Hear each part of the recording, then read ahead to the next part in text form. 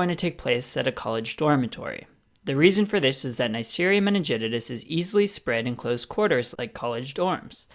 And this is because it's spread by respiratory droplets. So be on the lookout for Neisseria if it's a college student or a college-age kid presenting with meningitis. So we covered the common features shared amongst the Neisseria genus in our Noir series poster. And Mac is here to investigate the scene, but also to remind you of these common features. And if you can't remember what they were, I'll do an 18-second recap. Okay, so Neisseria are gram-negative diplococci, oxidase positive, grown on chocolate agar, also grown on VPN, aka Thayer-Martin agar, increased susceptibility in C5-C9 complement deficiency due to inability to form MAC complex. They have an IgA protease and fimbriae that demonstrate antigenic variation. And done. Now let's discuss something that's not a common feature between Neisseria meningitidis and gonorrhea. You should remember that only meningitidis ferments maltose. They both ferment glucose, but only meningitidis does maltose. To remember this, we'll have Mac inspecting a bottle of malt liquor that was left at the crime scene. The malt, of course, is for maltose. And you'll notice he's using this long nasopharyngeal swab to soak up the saliva at the top of the bottle. This is to remind you that Neisseria first colonized the nasopharynx, and it's transmitted via respiratory secretions. This could be through sneezing, coughing, kissing, sharing drinks, or even just close contact. So what's Mac doing in this room anyway? Well, he's actually here to investigate the death of a college kid in the dorm. And he's trying to figure out whether it's an accident or a murder. So let's draw this college kid here on the ground. Alright, so the first clues we'll look at are these syringes on the floor. Mac has covered them up as valuable clues in his glass capsules. And of course we're using these glass capsules to help you remember that Neisseria meningitidis has a polysaccharide capsule, which is one of the important virulence factors because this capsule inhibits phagocytosis. You were probably given a vaccine for Neisseria meningitidis before you started college, and these vaccines contain a polysaccharide capsule, which is why we have syringes under these capsules to help you remember this. Notice how there is no vaccine under capsule B? Well, that's because the type B capsule is not included in the vaccine. For this reason, most infections in the US and other developed countries are caused by the type B strain.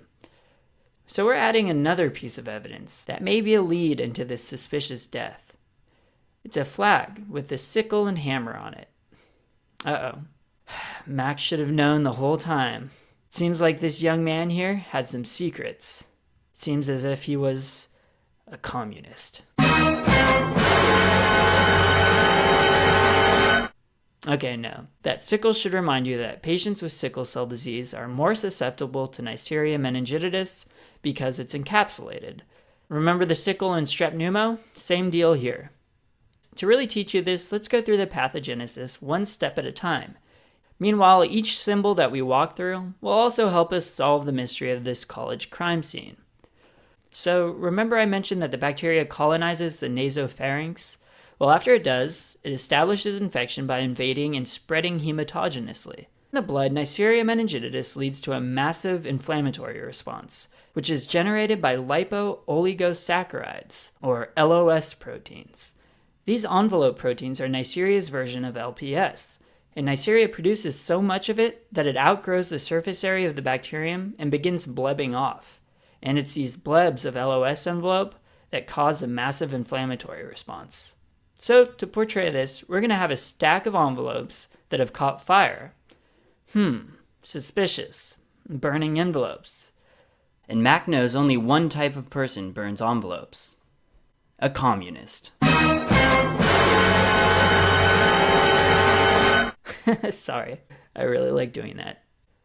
So the first step of pathogenesis is the inflammatory response, and then this leads to increased permeability of capillaries and leakage of fluid into extravascular space. This leads to hypovolemia. So what happens after a fire goes off in an apartment? The sprinklers go off. So this is perfect because these leaky sprinklers are a super easy way to remember these leaky capillaries. Now that the sprinklers are gone, the carpet's beginning to get soaked. So we're drawing some wet spots on the carpet. And these are to remind you of the next phase of the illness, a characteristic petechial rash. This is an extremely important physical exam finding because it's an indicator of thrombocytopenia in the patient. Even the smallest petechiae can quickly progress to purpura or ecchymoses, and if that happens, that's a really strong indicator that this illness is progressing to disseminated intravascular coagulation, or DIC, in which you would then see some oozing at the venipuncture sites or bleeding gums, all signs that the patient's very sick. So the mechanism for Neisseria causing thrombocytopenia leading to DIC isn't exactly clear. But in any case, think of meningitidis when you hear about meningitis with petechial rash. So aside from the spots on the carpet, we've also made our college students' boxers dotted with red spots. So these will remind you of petechial rash. Now Mac is starting to put the story together. The water from the sprinklers trickled down the wall and over this outlet, causing it to short and then shock this college student, which is what brought him to his untimely end.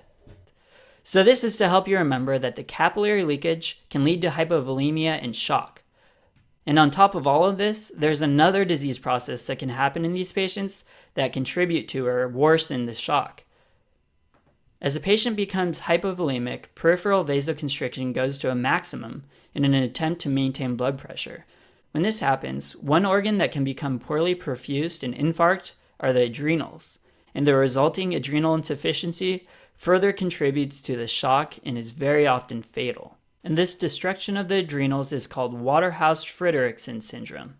And to remember this, we're going to draw a water house, or a water tower, outside of the window here. So now you have it, the entire pathogenesis of meningitidis infection. Encapsulated Neisseria meningitidis are transmitted via respiratory droplets. Their LOS envelope proteins bleb off and cause a massive inflammatory response, leading to leakage of capillaries and consumption of platelets, which then leads to development of a petechial rash. The capillary leak leads to hypovolemia or shock, which may lead to infarction of adrenals, or Waterhouse-Friderichsen syndrome, which worsens the already bad hypovolemic state and further contributes to shock.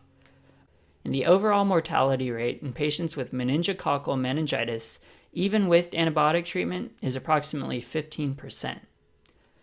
And besides hearing those nasty numbers, early treatment is still important and can definitely improve outcomes. The empiric treatment of choice is a third-generation cephalosporin, and you need one that can penetrate the blood-brain barrier, like ceftriaxone. So this is the drug you should remember for the step 1. To help you remember the treatment, we'll have a firefighter here responding to the scene carrying 3 axes. Why 3 axes? I don't know. I also am not quite sure why he's pointing to the victim. Good job, fireman. You found the dead guy. Since this infection is easily spread by airborne droplets, it's important to give close contacts prophylaxis. Close contacts are defined as someone who has spent over 8 hours of close contact with the patient during the 7 days prior to onset. And the drug most commonly used for this is rifampin. So to help you remember this, we'll have the person's friends or close contacts trying to peek in at the scene from behind the door. And we'll have a policeman stopping them with our rifampin rifle strapped to his back. And that's it for Neisseria meningitidis. Now that we're done drawing the crime scene, I'd say it looks to me like this could be an accidental death. But then again, I'm no Mac the private eye.